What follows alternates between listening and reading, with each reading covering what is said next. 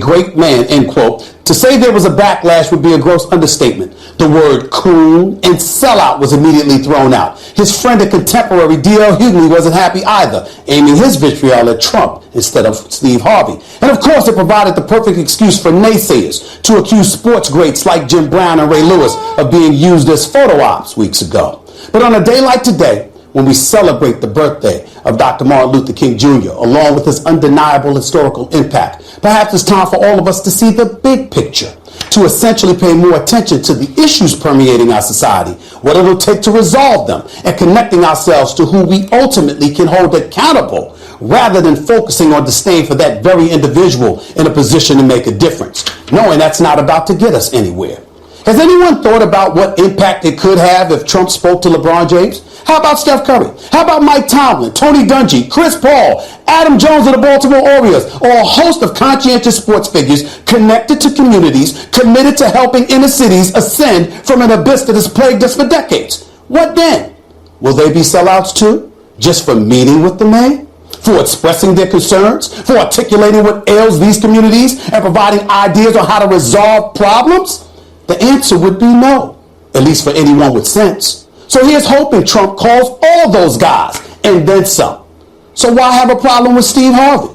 While few of us are interested in hearing praise for Trump at this moment, let's not confuse that with recognizing the position he's in, respecting it, and using our intellect to decipher where we go from here, not our emotions. After all, how far has that gotten us? You just heard from the ESPN commentator, Steve Smith. I believe I got his name right there. Nonetheless, he was talking about the predicament that Steve Harvey, the host of Family Feud. I'd forgotten about Steve Harvey and his Family Feud. You can understand where Family Feud has moved to. Now we have an African-American host. But the issue there is not necessarily about Steve Harvey, Jim Brown, various others that have had photo ops with DJ Trump. For some, it's dubious, and you can understand in politics things happen. Concessions are made, nuances, various other things happen there. People make these appearances because of favors to be provided in the future or have been provided in the past, etc. So in other words, it's a commercial relationship much more so than a political relationship. But at the same time, signals can be sent out there from the headquarters of DJ Trump by saying, well, one of his associates, I want to call him a lackey, at Davos was talking about it. Well, ML King, number 3, met with DJ Trump. Therefore, DJ Trump is not a racist. Well, that in itself is it doesn't cut it in a logic class. Therefore, he is. Therefore, he is. And anyway, that is not what they teach you. Just because the son of Martin Luther King would meet with an individual does not negate from what that individual is.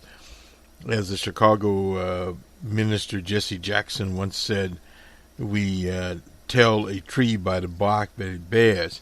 And with DJ Trump, we can look at the various cabinet appointees that he's trying to make through the confirmation, it is a confrontation process. We understand where the political positions of many of these candidates. Betty DeVos, a person that is actually the sister of the infamous Blackwater mercenary Prince. Anyway, nonetheless, Eric Prince. Nonetheless, we start to understand where the issue is. But where there is some confusion here is how to deal with this administration. It's not all about Trump. Trump would want you to think that it's all about Trump. Nonetheless, the title of the episode is simply Goodbye. President Obama had his final news conference, and it is indeed his final news conference on the 18th of January. We are on the 19th of January, National Resistance Day. We encourage people that participate to participate in this National Resistance Day. You'll hear more of that on Friday Jobber, which we'll have on a Friday morning before the event in D.C. Dr. Reich out of Berkeley has been holding these resistant moments, we'll call them, video messages via Facebook and his blog. And we will have that in, and perhaps we'll do some special programming today on the Day of Resistance. Today is a travel day for us, so it's a little bit different. But we decided for historic purposes we would present President Obama's news conference in its entirety on many of our channels here on the 19th, actually, is when this is being broadcast of 2017 from WBRN Radio in Boston and over the Boston Red Network. And we are working to consolidate our broadcasts there. We have a lot of material this week from the World Economic Forum in Davos, and we'll be presenting that on the Numbers Man show and some other programs we have, like BR on the World, which is our international program. So we have a lot of stuff that we've already worked on, or materials that we need to get out, and we'll get those out as quickly as we can. A little bit of deja vu here. This is from Mr. Page of the Chicago Tribune, lamenting that the last reporter to get a question was Christy Parsons. She's of the Chicago Tribune. She was there in Springfield, evidently covered the president there, and that's where we encountered the then Senator Barack Obama down at the old State House when he announced for President of the United States. So thus we close a chapter, and it's appropriate we call this Goodbye, where President Obama thanked the press very much, and good luck in a tradition of Edward R. Murrow, a situation that we will not long forget. This president that carried this country, its imagination, and no doubt through the streets of Chicago on to Iowa and across the continental U.S. A man that came out of basically nowhere, with the exception, as Hillary the Monster Clinton said, a speech. Well, he had one hell of a speech. And that speech took him into Iowa, and he was able to win in Iowa. And he was on the move from that date on. He lost some primaries, yes. Race was very much an issue in the primary between he and Hillary the Monster Clinton. It was the most racist primary in modern times. And, of course, the election itself, the old man McCain ran out of Arizona, was a Republican nominee. But, as one would say, a bit of serendipity and other events overshadowed the old man McCain. A depression came, and the American public decided they would go with Senator Obama. And Senator Obama arrived in the White House after riding Mr. Lincoln's train, recreating the journey from from Philadelphia to Washington, D.C. But there was a cold and a very cold day on the inaugural day in 2008 and also in 2012. That will not be on Friday. It'll be in the 50s in D.C. But the nation was in a depression, and people were not certain, literally, about where this economy was going because of the conditions that were coming. The Great Depression was at a time when ledgers were kept basically by hand. There was virtually no computerization, so we had to get stuff by teletype to find out the conditions of the country, and there was a 10-year lag there. One would say in a depression that came out after the Great War. But this was a depression on steroids, and now we're starting to see a little bit of daylight out there. So there is a lot of tribute to President Obama. I noticed somebody on Facebook today was disparaging President Obama. That will happen. His approval rating is at 60%, but now you move into a different president. What will you do? Well, you're stuck with this individual for at least 4 years, or the regime. Whether or not DJ Trump is there or not, his regime will be there, and you will be stuck with the policies. So you have to get used to that and move on. So we're going to move on here, and President Obama will say his goodbyes there. He's talking about the campaigner Chelsea Manning and why he decided to commute part of his sentence. Ms. Manning will enter back into the light of day in May, which is a just situation here. I was just looking at a news release, and we get these from, we got it from Governor Tobin out of Charleston, West Virginia, but nonetheless, the new governor there, Jim Justice, removed 5 cars from the staff fleet. I don't know if that's newsworthy or not, but we report on that as part of what we report on. We'll get back to, well, I guess we'll go ahead and do it now on DJ Trump. Last night's program was the Whitehouse press corps, and this is from Forbes magazine. It's by Rob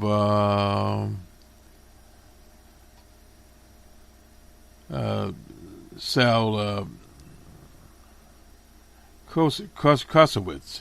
Get him right in a minute here. Nonetheless, Trump's 20 million emails, he did reach that plateau. Followers get smaller under the microscope. In other words, he's looking at it here, a picture of DJ Trump. And also milestone, he's passed that on Twitter.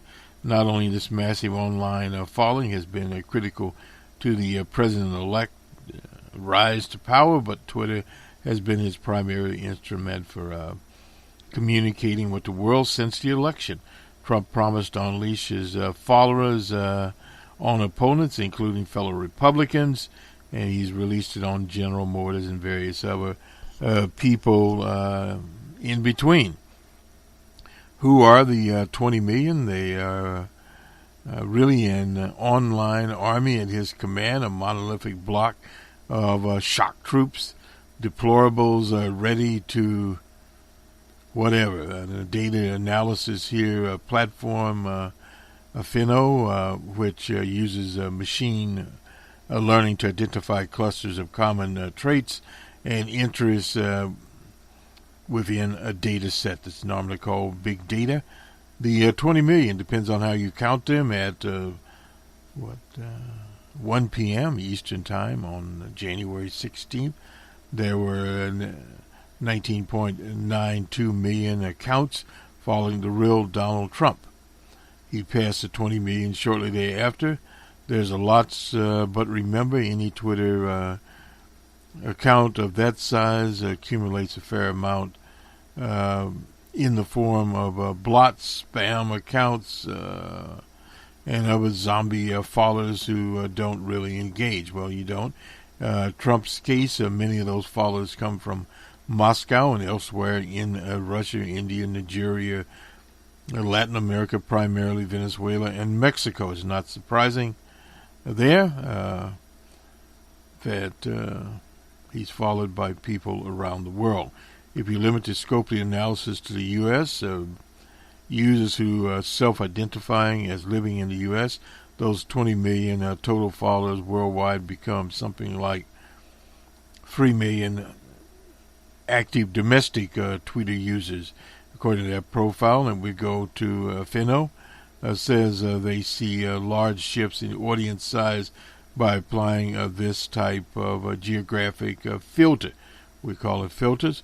But what we know about these followers, based on the analysis Our profile, about 52% are male, 58% are female, with a plurality falling within the age group of 24 to 34, an additional 28% or so of 35 to 44. So this is where the majority there. 18% are older than 45. Just about 13% or about 360,000 tweet more than 15 times per month, indicating a high level of engagement. They fall into 10 distinct categories, some obvious and some less. And we'll continue on to the next page. We'll, incidentally, on our quote-unquote show notes, we'll put a link to this. The tribes of Trump. Fino identified 10 major clusters. Each follows assigned to one or more clusters, indicating primary set of common interests there. Faith, let me just get this right here. Faith, family, and football. This is the All-American cohort. Represents nearly 20% of the total. The largest cluster follows. They are 55% male, geographically dispersed across the country. Members identify with terms like husband, family, and if you've been on Twitter, you see these God and Christians are significantly more likely to follow college or professional football teams. Conservatives, 60% of males, and significantly older than the sample as a whole. There are 331,000 followers, 13% of the total, overwhelmingly self-described as conservatives. Christians with the terms husband, family, families, retired are also prominent in their bios. This group includes 33X, more likely to follow Fox News than the rest of the Twitters. 33,000, and 355,000 more likely to follow Bread Bar. 42,000 more likely to follow WikiLeaks. They follow celebrities, including Sean Hannity and Coda. Oh boy. Megyn Kelly tweet an average of 20 times a month. Business folks. This group comprises 20% of the total.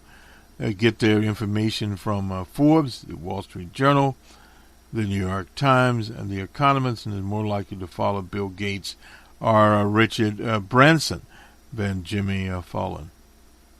They're 35 to 44, overwhelmingly based in New York, with other clumps in California, Chicago, Florida, and Dallas. Politicos, about 315,000 of Trump's online followers, 11% of the total, self-described primarily with tags like politics, government, and news.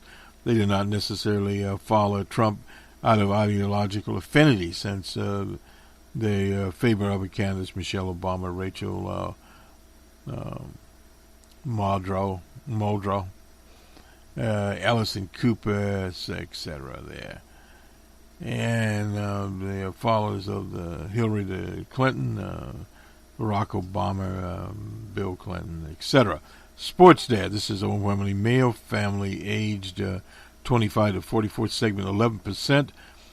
Differs slightly from the faith, family, and football group in that they are much more sports-oriented, relatively less faith-oriented.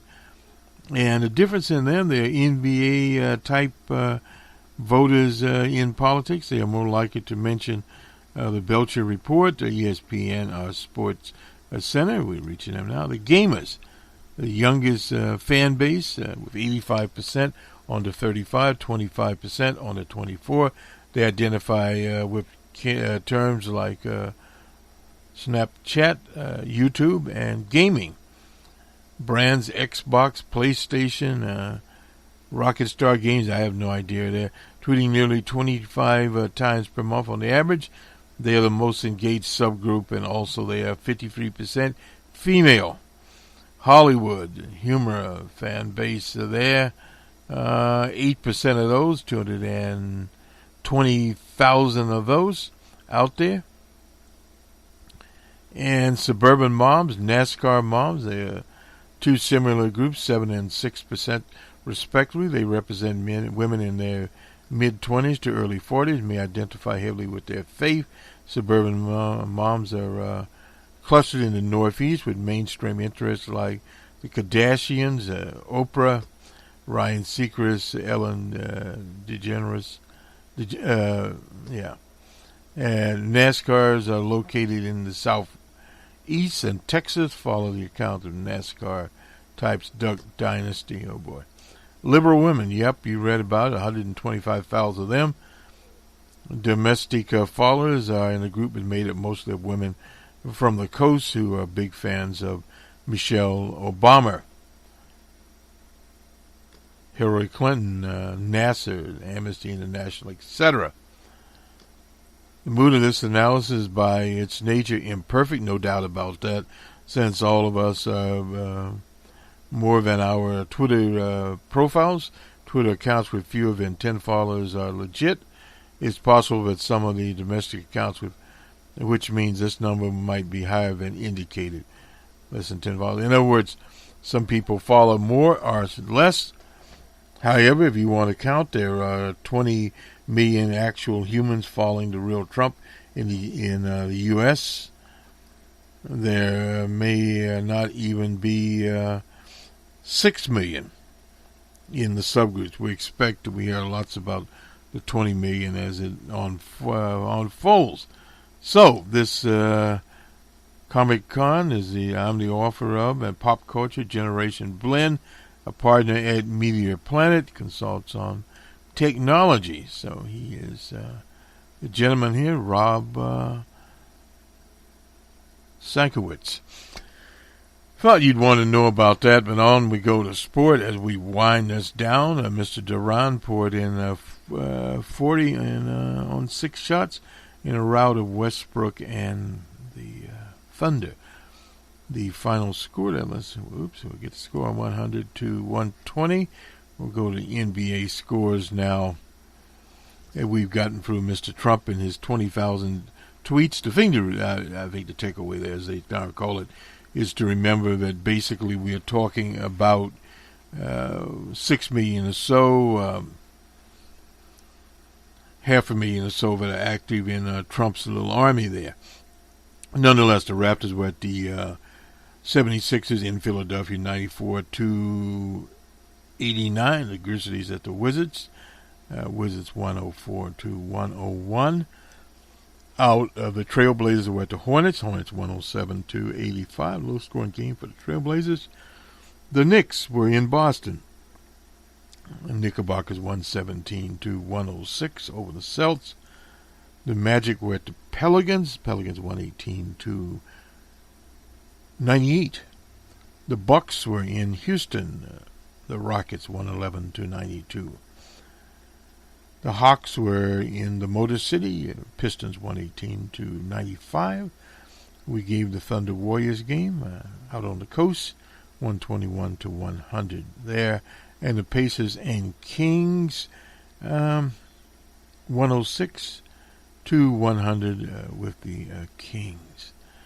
And to the NFL, we'll look real quickly at the playoffs that will come up this weekend there. And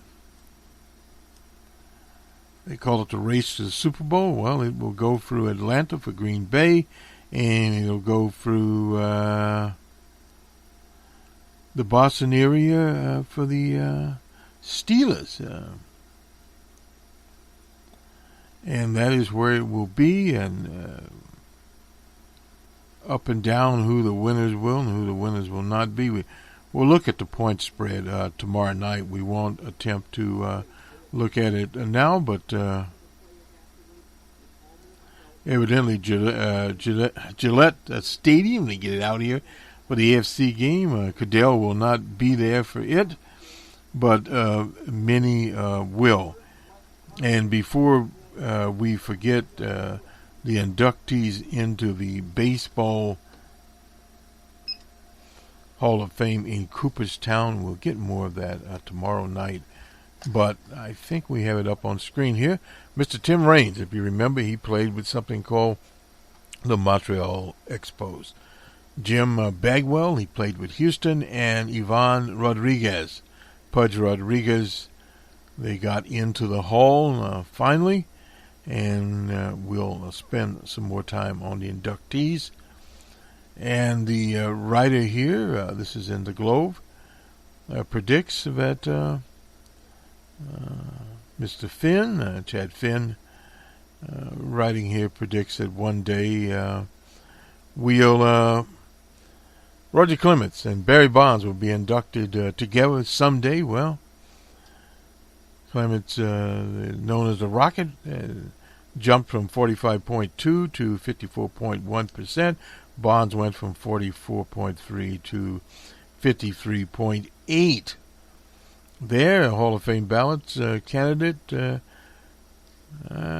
decision to reduce the candidate's time on the ballot from 15 to 10 years, intend to give voters less time to consider that. But anyway, you can be out there for a very, very long time, and we'll see where that goes. Mr. Ortiz figures into this, and we'll get to more of that. Let's see if we have.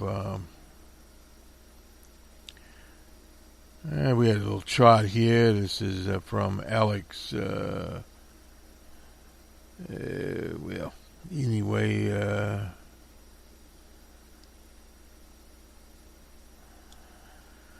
Bagwell. Yeah, Bagwell was, at 86.2. Then Tim Raines at 86. And then Pudge, Ivan Rodriguez at, it looks like 78 there. Then we had Trevor Huffman, Vladimir Geronimo, you remember him? Edgar Martinez, and then Roger the Dodger, Barry Bonds. Kurt Schilling was in last place at 45. I doubt if Kurt Schilling will ever make it to Cooperstown, but sometimes we don't know. On final attempt, Tim Raines got in. Tim Raines well deserved to be into the Hall of Fame. Pudge got in on his first ballot, elected to the class of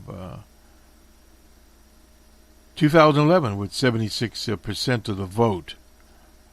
And Tim, and let's see, who else do we have here? Bagwell. His was 86.2. He almost made it the last time. Is the lone Houston player in Cooperstown, Mr. Bagwell. He made it there, and he is there, Craig. A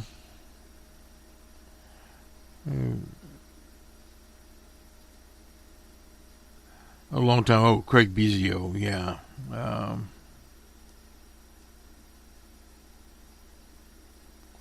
We'll join Craig Bizio, because Bizio is already in the Hall of Fame. So we'll see. We'll start doing more baseball news as we move along here. But nonetheless, for the goodbye on the 19th of January, 2017. Good day from us, and we shall return on Friday Java. We also have the week that was this weekend. There'll be plenty of news there.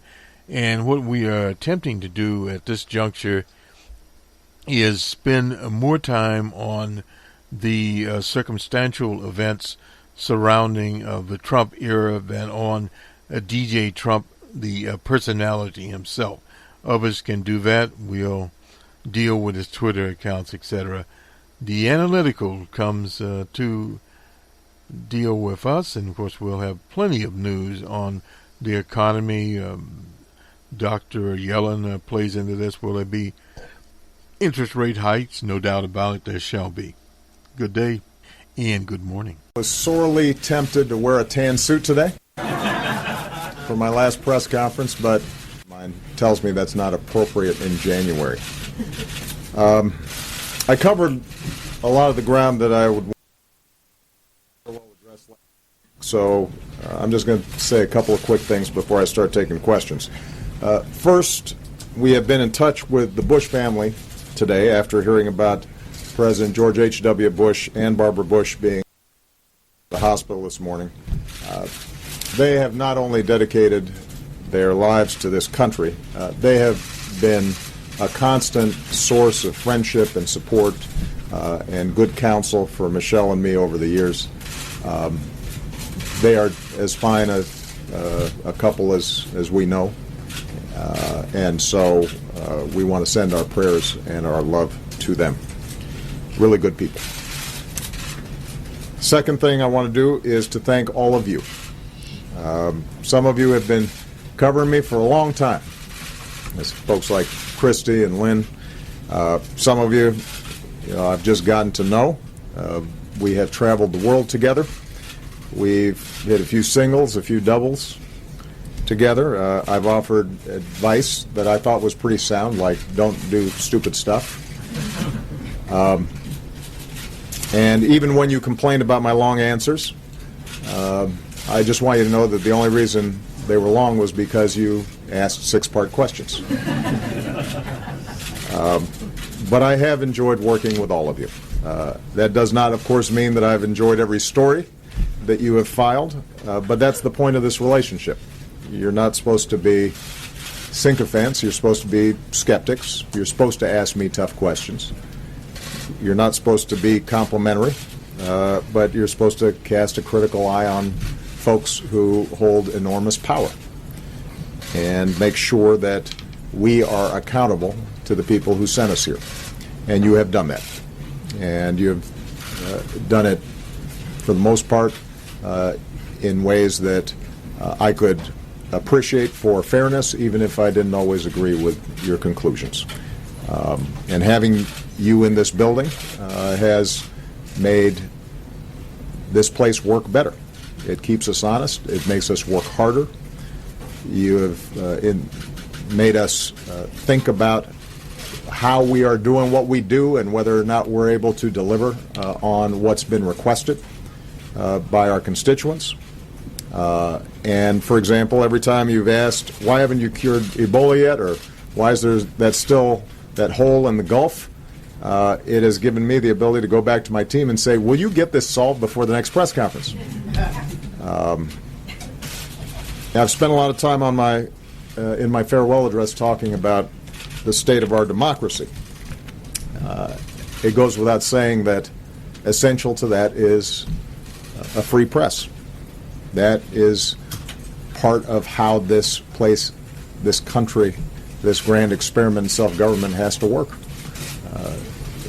It doesn't work if we don't have a well-informed citizenry. And you are the conduit through which they receive the information about what's taking place in the halls of power. So America needs you, and our democracy needs you. We need you to establish a baseline of facts and evidence that we can use as a starting point for the kind of reasoned and informed debates that ultimately lead to progress.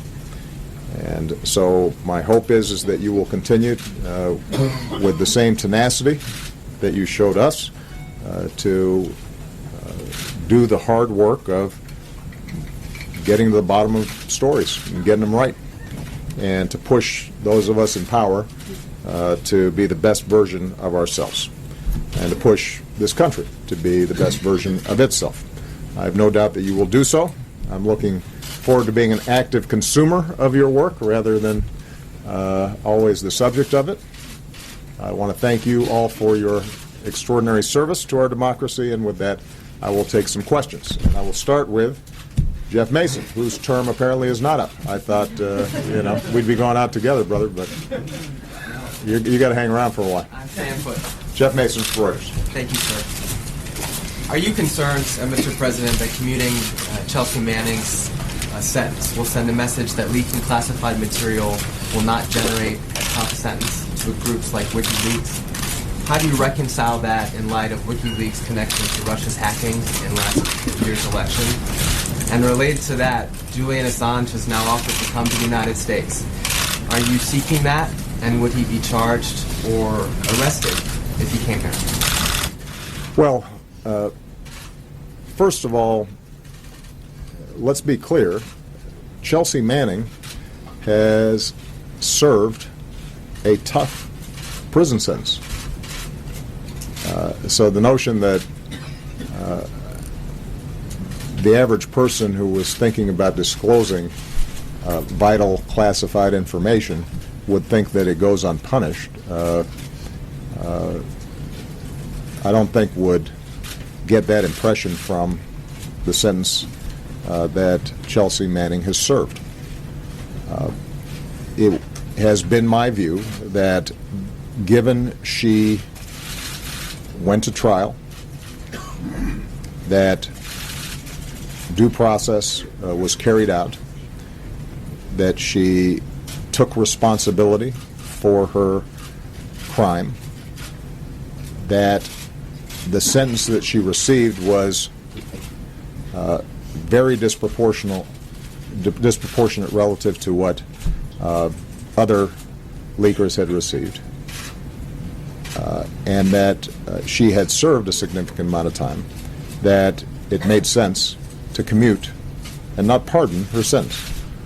And I feel very comfortable that justice has been served and that a message has still been sent that when it comes to our national security, that wherever possible, we need folks who may have legitimate concerns about the actions of government or their superiors or the agencies in which they work, that they try to work through the established channels and avail themselves of the whistleblower protections that have been put in place. I recognize that there's some folks who think they're not enough, and I think all of us, when we're working in big institutions, may find ourselves at times at odds with policies that are set. But when it comes to national security, we're often dealing with people in the field whose lives may be put at risk, or the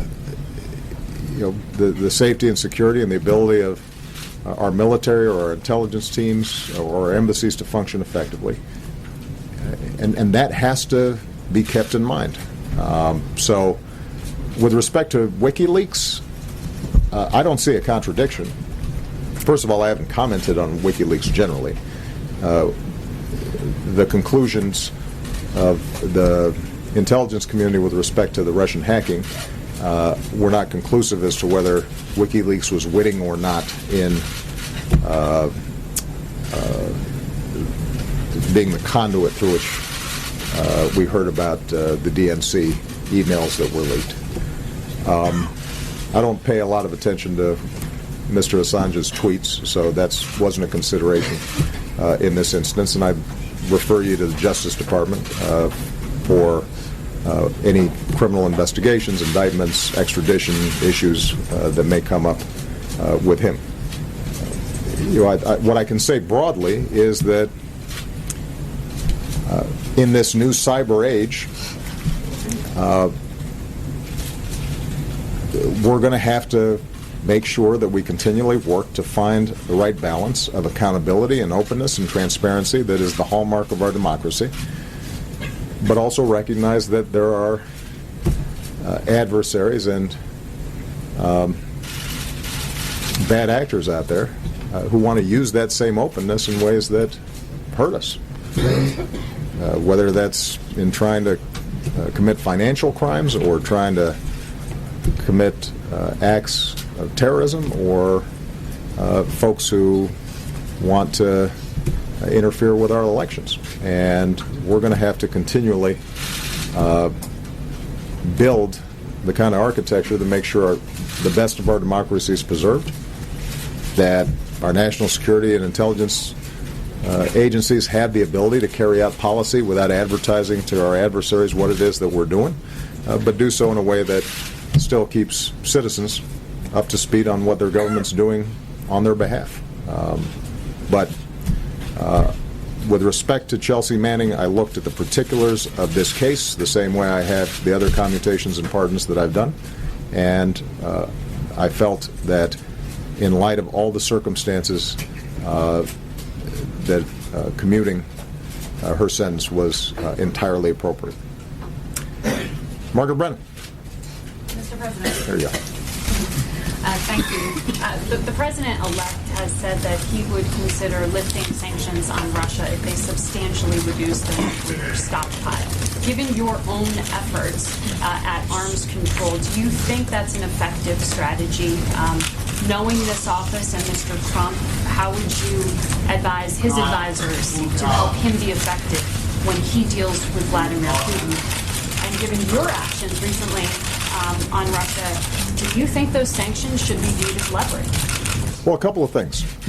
Number one, I think it is in America's interest and the world's interest that we have a constructive relationship with Russia. That's been my approach throughout my presidency. Where our interests have overlapped, we've worked together. At the beginning of my term, I did what I could to encourage Russia to be a constructive member of the international community, and tried to work with the president and the government of Russia in helping them diversify their economy, improve their economy, use the incredible talents of the Russian people in more constructive ways. I think it's fair to say that after President Putin came back into the presidency, that an escalating anti-American rhetoric and an approach to global affairs that seemed to be premised on the idea that whatever America's trying to do must be bad for Russia, and so we want to try to counteract whatever they do. That return to an adversarial spirit that I think existed during the Cold War has made the relationship more difficult. And it was hammered home when Russia went into Crimea and portions of Ukraine. The reason we imposed the sanctions, recall, was not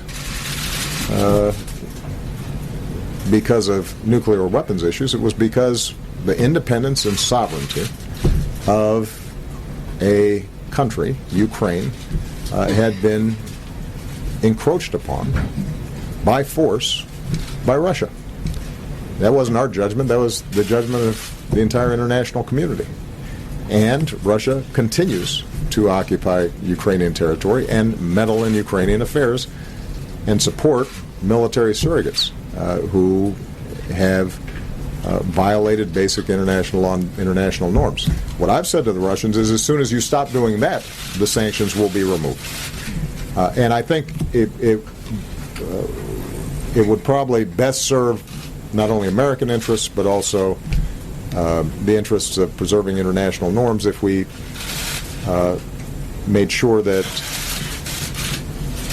we don't confuse why these sanctions have been imposed with a whole set of other issues. On nuclear issues, in my first term, we negotiated the START II treaty, and that has substantially reduced our nuclear stockpiles, both Russia and the United States. I was prepared to go further. I told President Putin I was prepared to go further. They have been unwilling to negotiate. If President-elect Trump is able to restart those talks in a serious way, I think there remains a lot of room for our two countries to reduce our stockpiles. And part of the reason we've been successful on our non-proliferation agenda and on our nuclear security agenda is because we were leading by example. I hope that continues. But I think it's important just to remember that the reason sanctions have been put in place against Russia has to do with their actions in Ukraine. And it is important for the United States to stand up for the basic principle that big countries don't go around and invade and bully smaller countries. I've said before, I expect Russia and Ukraine to have a strong relationship. They are historically bound together in all sorts of cultural and social ways, but Ukraine is an independent country. And this is a good example of the vital role that America has to continue to play around the world in preserving basic norms and values, whether it's advocating on behalf of human rights, advocating on behalf of women's rights, advocating on behalf of freedom of the press. The United States has not always been perfect in this regard. There are times where we, by necessity, are dealing with allies or friends or partners who themselves are not meeting the standards that we would like to see met when it comes to international rules and norms. But I can tell you that in every multilateral setting, in the United Nations, in the G20 and the G7, the United States typically has been on the right side of these issues. And it is important for us to continue to be on the right side of these issues, because if we, the largest, strongest country and democracy in the world, are not willing to stand up on behalf of these values, then certainly China, Russia, and others will not. Kevin Cork. Thank you, Mr. President. You have been a strong supporter of the idea of a peaceful transfer of power, demonstrated not terribly far from the Rose Garden. And yet, even as you and I speak, there are more than 6 Democrats that are going to boycott the inauguration of the incoming president. Do you support that? And what message would you send to Democrats to better demonstrate the peaceful transfer of power? And if I could follow, I wanted to ask you about your conversations with the president-elect previously, and without getting into too much of the personal side of it, I'm just curious, were you able to use that opportunity to convince him to take a fresh look at some of the important ideas that you will leave this office with, maintaining some semblance of the Affordable Care Act, some idea of keeping dreamers here in the country without fear of deportation? Were you able to use personal stories to try to convince him, and how successful were you? Well, I won't go into the details of my conversations with President-elect Trump. As I've said before, they are cordial. At times they've been fairly lengthy, and they've been substantive. I can't tell you how convincing I've been. I think you'd have to ask him whether I've been convincing or not. I have offered my best advice, counsel, about certain issues, both foreign and domestic. And my working assumption is that having won an election opposed to a number of my initiatives and certain aspects of my vision for where the country needs to go, it is appropriate for him to go forward with his vision and his values. And I don't expect that there's going to be enormous overlap. It may be that on certain issues, once he comes into office and he looks at the complexities of how to, in fact, provide health care for everybody, something he says he wants to do, or wants to make sure that he is encouraging job creation and wage growth in this country, that may lead him to some of the same conclusions that I arrived at once I got here. But I don't think we'll know until he has an actual chance to get sworn in and sit behind that desk. And I think a lot of his views are going to be shaped by his advisors, the people around him, which is why it's important to pay attention to these confirmation hearings.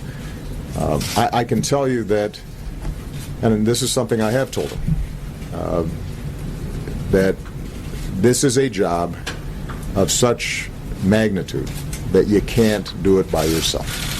You are enormously reliant on a team.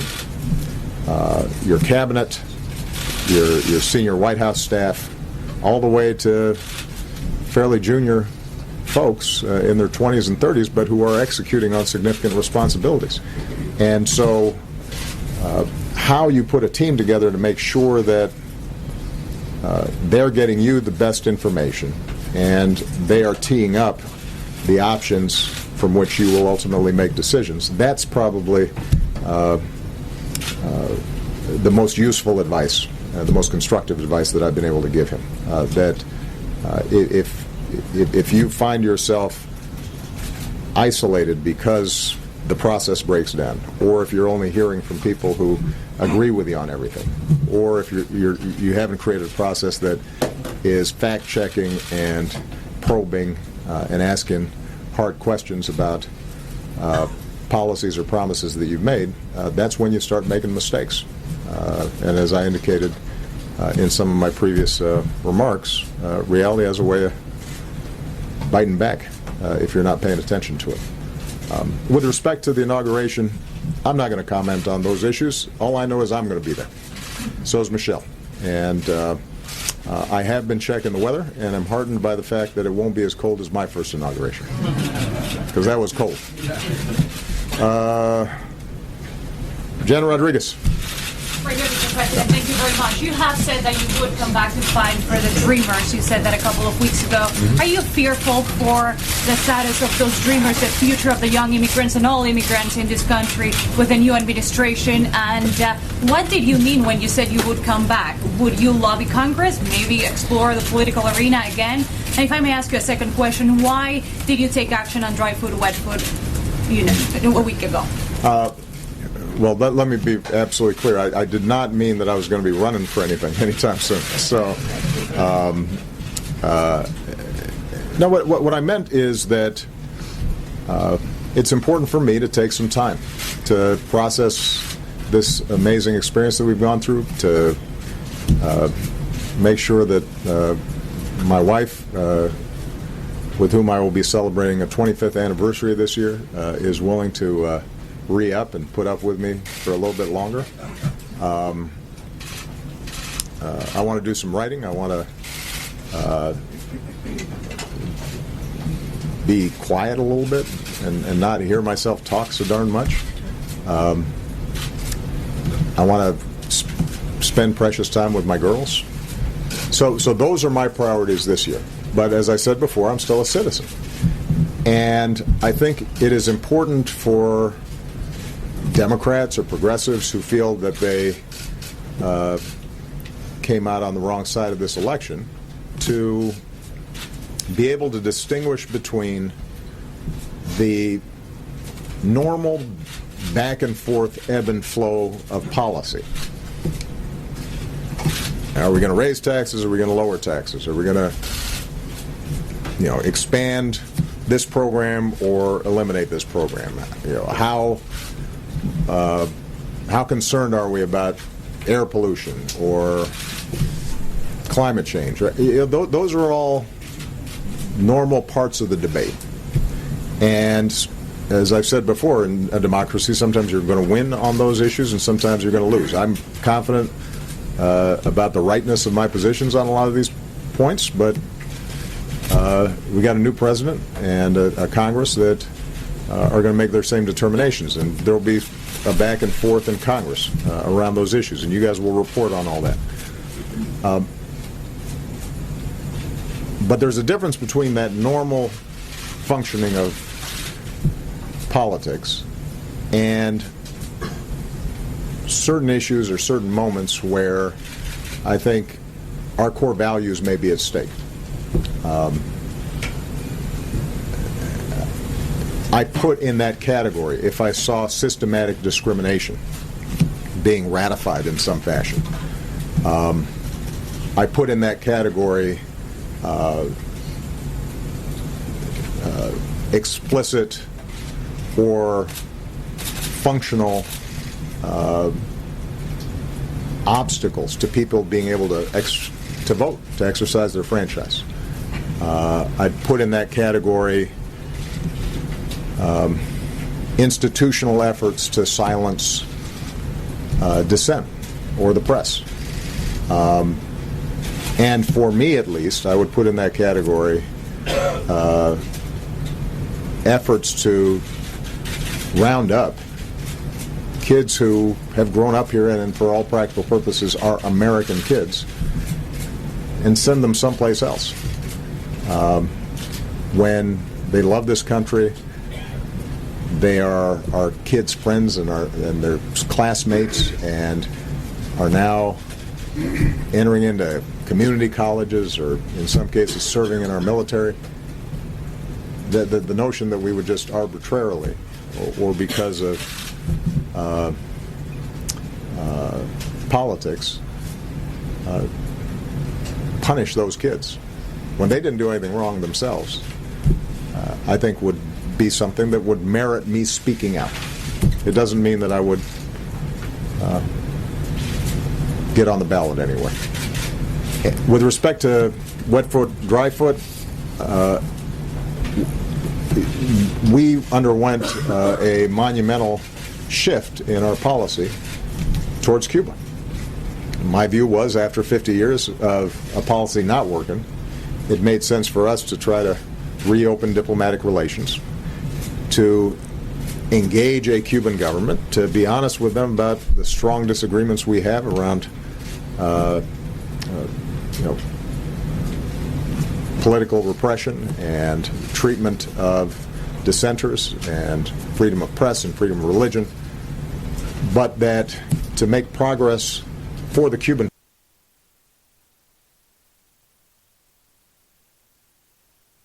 people, our best shot was to suddenly have the Cuban people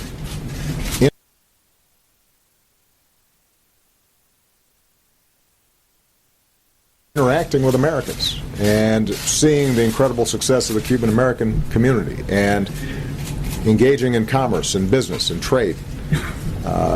And that it was through that process of opening up these bilateral relations that you would see over time serious and significant improvement. Given that that shift in the relationship, the policy that we had in place with wet foot, dry foot, which treated Cuban emigres completely different from folks from El Salvador or Guatemala or Nicaragua or any other part of the world, one that made a distinction between whether you got here by land or by foot, that was a carryover of a old way of thinking that didn't make sense in this day and age, particularly as we're opening up travel between the two countries. And so, we had very lengthy consultations with the Department of Homeland Security. We had some tough negotiations with the Cuban government, but we arrived at a policy which we think is both fair and appropriate to the changing nature of the relationship between the two countries. Nadia, Gobasi. Thank you, sir. I appreciate the opportunity, and I want to wish you and your family best of luck in the future. Thank you. Mr. President, you have been criticized and even personally attacked for the UN Security Council resolution that considered Israeli settlements illegal and an obstacle to peace. Mr. Trump promised to move the embassy to Jerusalem. He appointed an ambassador that doesn't believe in a two-state solution. How worried are you about the U.S. leadership in the Arab world and beyond as an honest broker? Will this ignite a third intifada? Will this even protect Israel? And in retrospect, do you think that you should have held Israel more accountable like President Bush Sr. did with the loan guarantees? Thank you.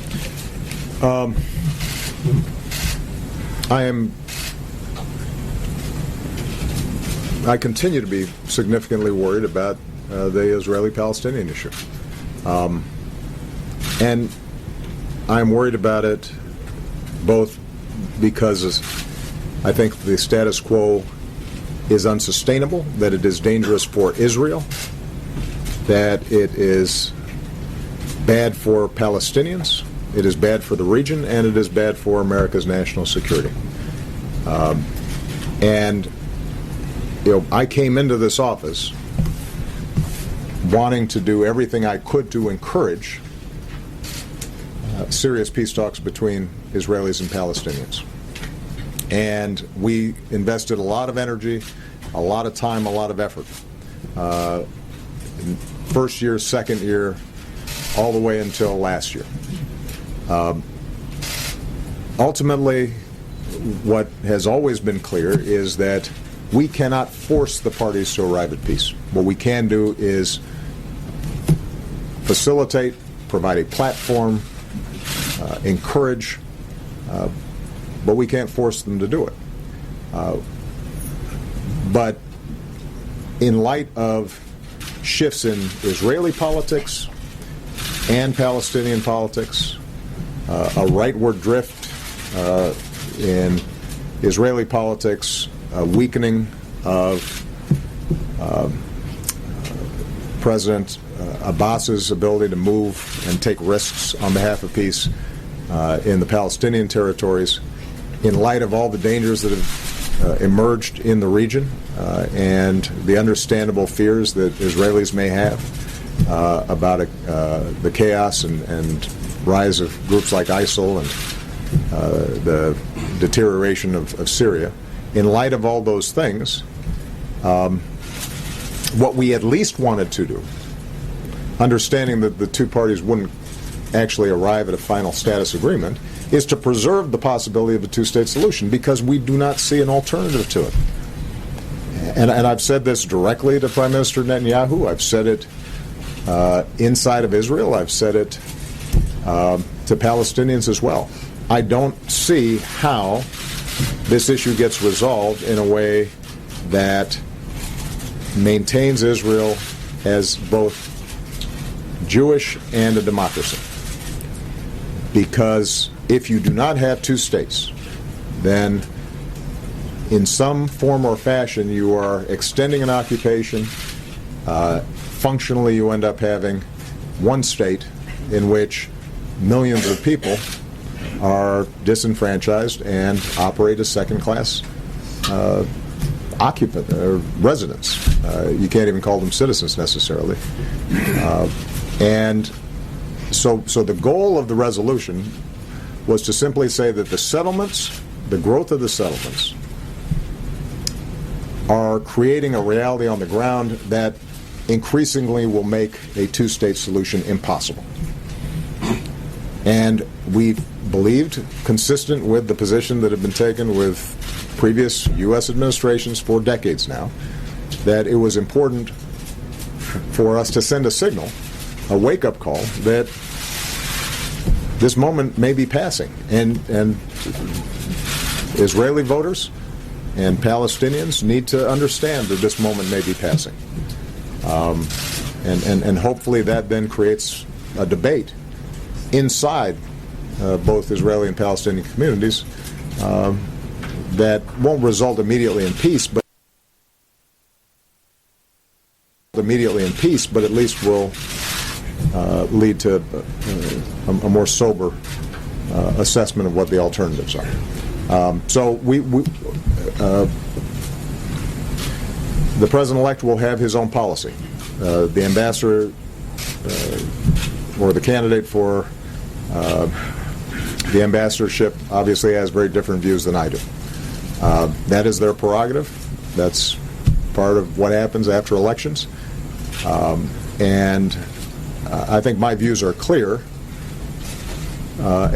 We'll see how their approach plays itself out. I don't want to project today what could end up happening, but obviously it's a volatile environment.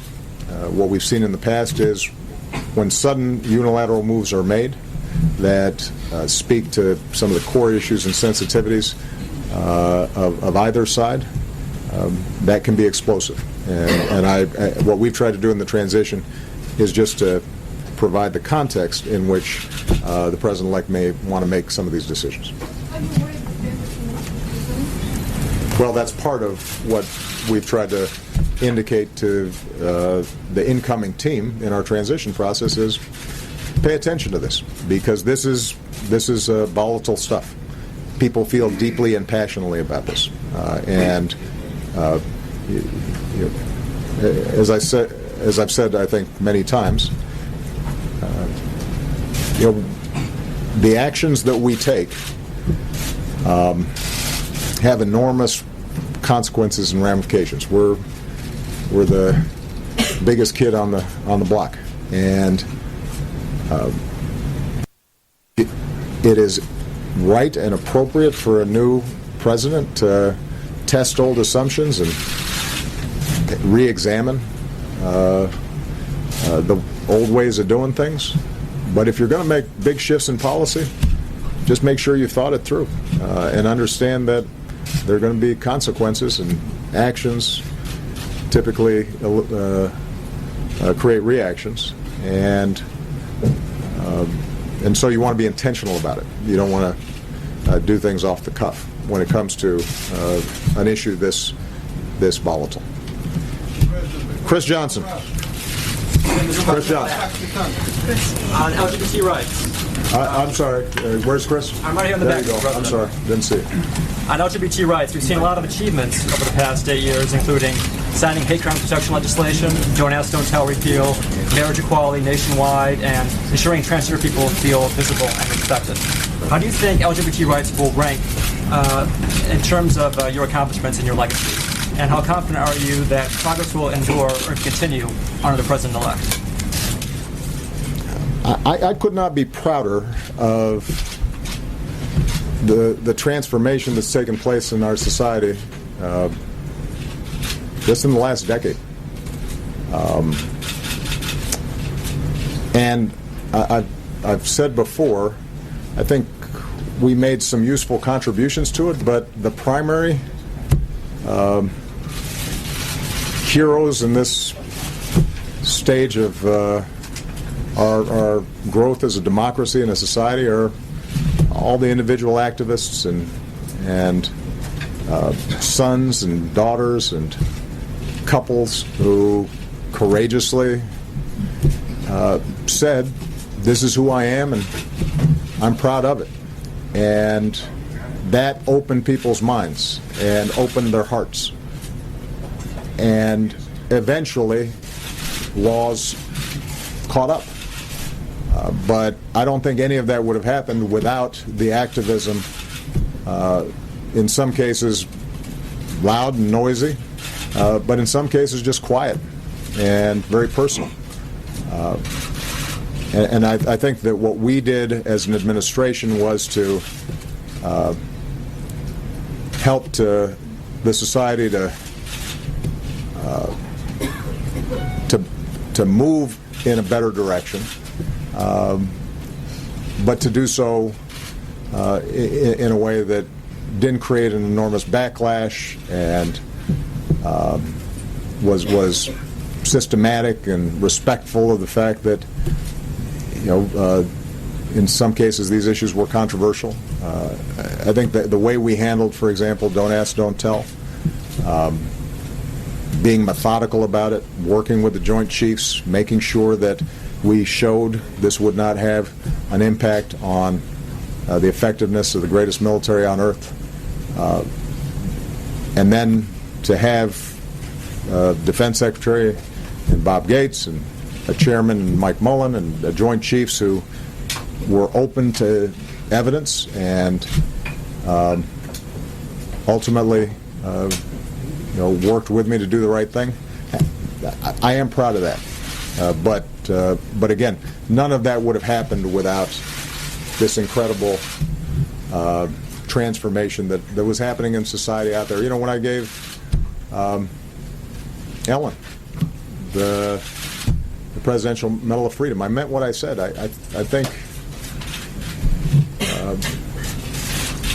somebody that kind and likable projecting into living rooms around the country, that changed attitudes. And that wasn't easy to do for her. And that's just one small example of what was happening in countless communities all across the country. So I'm proud that that in certain places we maybe provided a good block downfield to help the movement advance. I don't think it is something that will be reversible because American society has changed. The attitudes of young people in particular have changed. That doesn't mean there aren't going to be some fights that are important, legal issues, issues surrounding transgender persons. There's still going to be some battles that need to take place. But if you talk to young people, Malia, Sasha's generation, even if they're Republicans, even if they're conservative, many of them would tell you, I don't understand how you would discriminate against somebody because of sexual orientation. That's just sort of burned into them in pretty powerful ways. April Ryan. Thank you, Mr. President. Long before today, you've been considered a rights president. Under your watch, people have said that you have expanded the rubber band of inclusion, and with the election and the incoming administration, people are saying that rubber band has recoiled and maybe is even broken. And I'm taking back to a time on Air Force One going to Selma, Alabama, when you said your job was to close the gaps that remain. And with that, what gaps still remain when it comes to rights issues on the table? And also, what part will you play in fixing those gaps in your new life? And lastly, you are the first black president. Do you expect this country will see this again? Well, I'll answer the last question first. I think we're going to see people of merit rise up from every race, faith, corner of this country, because that's America's strength. When we have everybody getting a chance and everybody's on the field, we end up being better. I think I've used this analogy before. We killed it in the Olympics in Brazil. And Michelle and I, we always have the Olympic team here. And it's a lot of fun, first of all, just because, anytime you're meeting somebody who's the best at anything, it's impressive. And these mostly very young people are all just so healthy looking, and they just beam and exude fitness and health. And so we have a great time talking to them. But they are of all shapes, sizes, colors. The genetic diversity that is on display is remarkable. And if you look at a Simone Biles, and then you look at a Michael Phelps, they're completely different.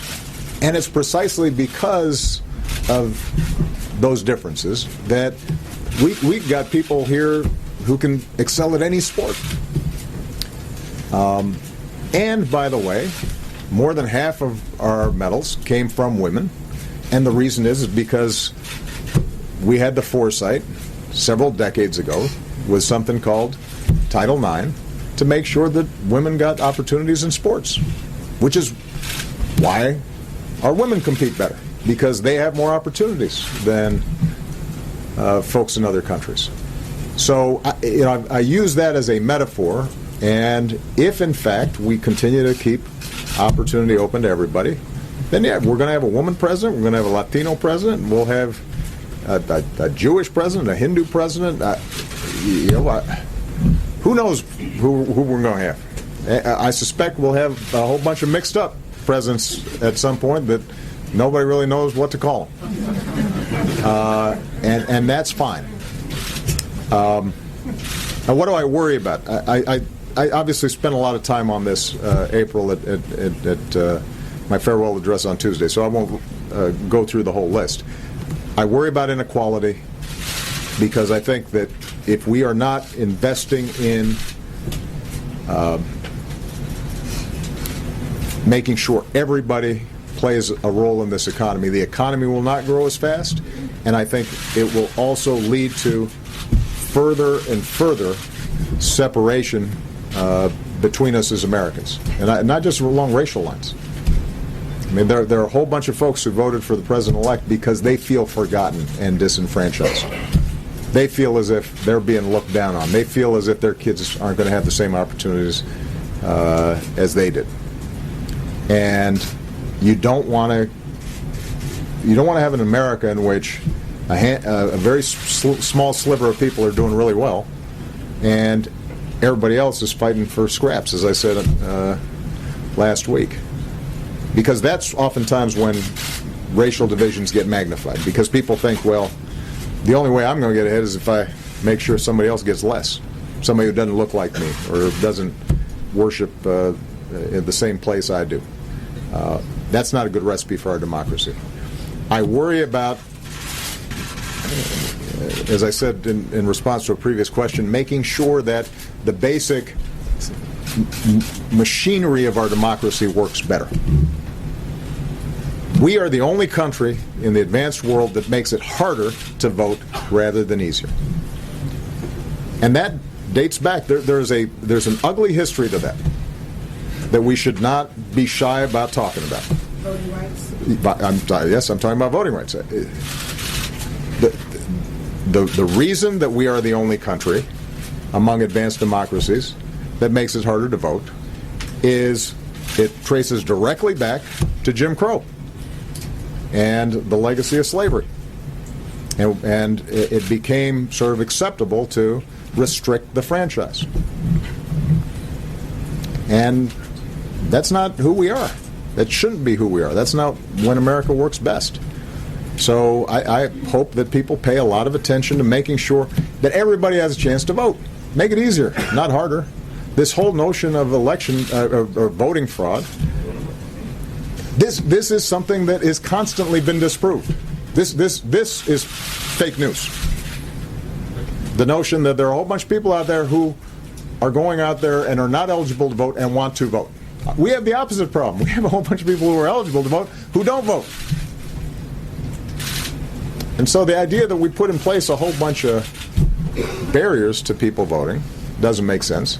And then, as I've said before, political gerrymandering that makes your vote matter less because politicians have decided you live in a district where everybody votes the same way you do, so that these aren't competitive races, and we get 90% Democratic districts, 90% Republican districts.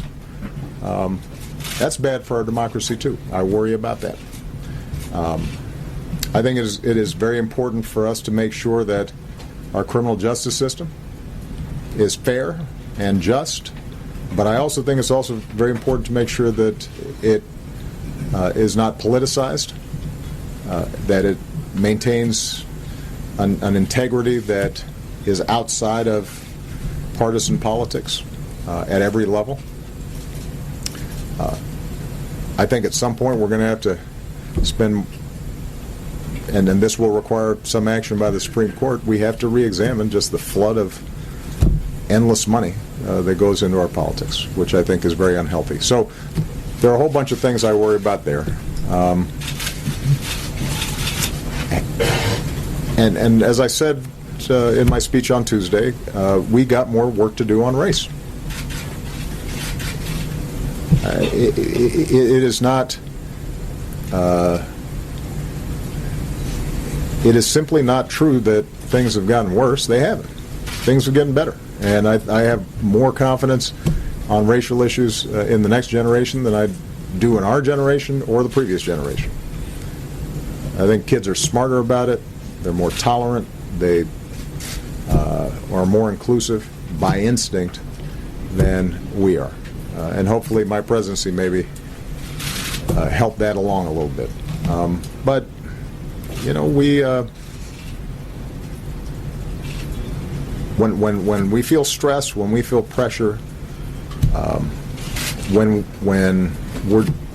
we're just fed information that encourages some of our worst instincts, we tend to fall back into some of the old racial fears and racial divisions and racial stereotypes, and it's very hard for us to break out of those and to listen and to think about people as people and to imagine being in that person's shoes. And by the way, it's no longer a black and white issue alone.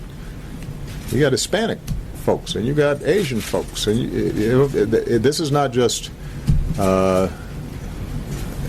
the same old battles. We got this stew that's bubbling up of people from everywhere, and we're going to have to make sure that we, in our own lives, in our own families and workplaces, do a better job of treating everybody with basic respect and understanding that not everybody starts off in the same situation, and imagining what would it be like if you were born in an inner city and had no job prospects anywhere within a 20-mile radius. Or how does it feel being born in some rural county where there's no job opportunities in 20-mile radius?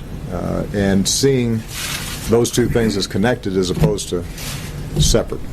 So, we got work to do. But overall, I think on this front, the trend lines ultimately, I think, will be good. Christy Parsons. And Christy, you are going to get the last question. Christy is, I've been knowing her since Springfield, Illinois.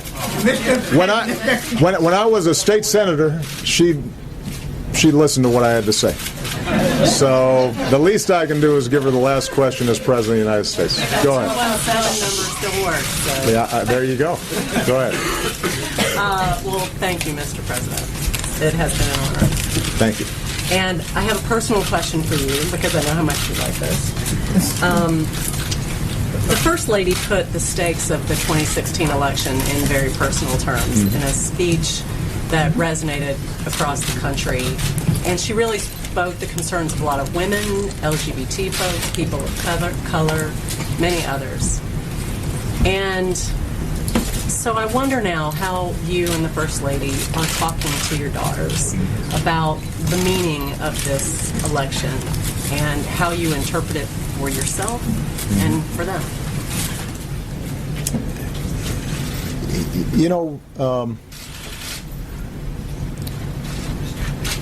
Every parent brags on their daughters or their sons. If your mom and dad don't brag on you, you got problems. But man, my daughters are something. And they just surprise and enchant and impress me more and more every single day as they grow up. And so these days when we talk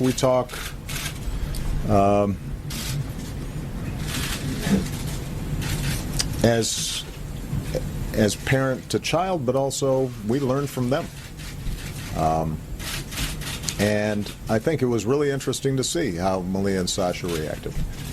They were disappointed. They paid attention to what their mom said during the campaign and believed it because it's consistent with what we've tried to teach them in our household and what I've tried to model as a father with their mom and what we've asked them to expect from future boyfriends or spouses.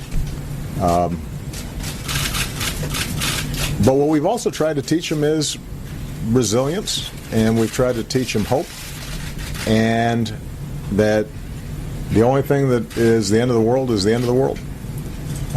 And so you get knocked down, you get up, brush yourself off, and you get back to work. And that tended to be their attitude. I think neither of them intend to pursue a future of politics, and in that too, I think their mother's influence shows. But both of them have grown up in an environment where I think they could not help but be patriotic, to love this country deeply, to see that it's flawed, but see that they have responsibilities to fix it, and that they need to be active citizens.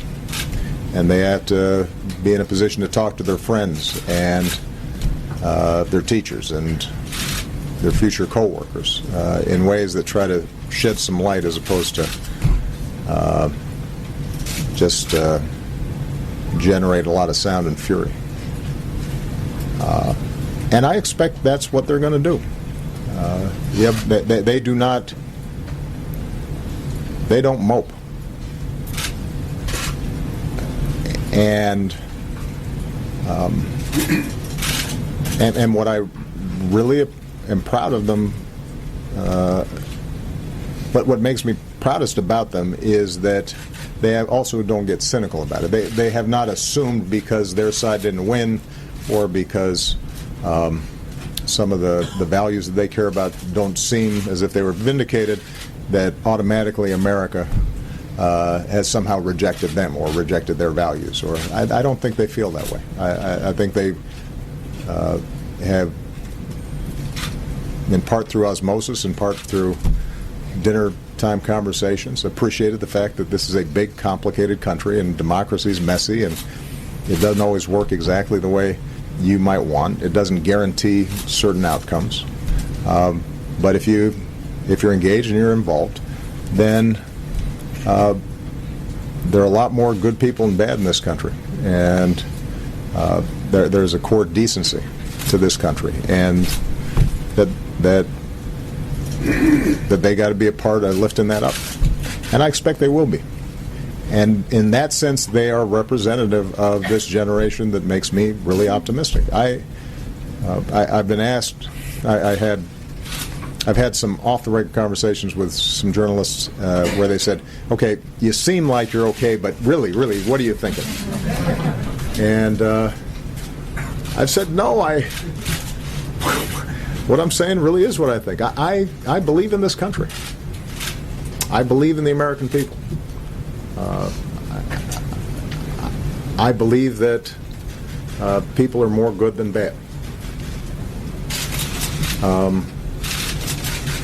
I believe tragic things happen. I think there's evil in the world. But I think that at the end of the day, if we work hard and if we're true to those things in us that feel true and feel right, that the world gets a little better each time.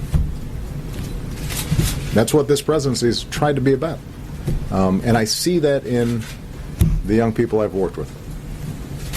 I couldn't be prouder of them. And so this is not just a matter of no drama Obama. This is what I really believe. It is true that behind closed doors I curse more than I do publicly.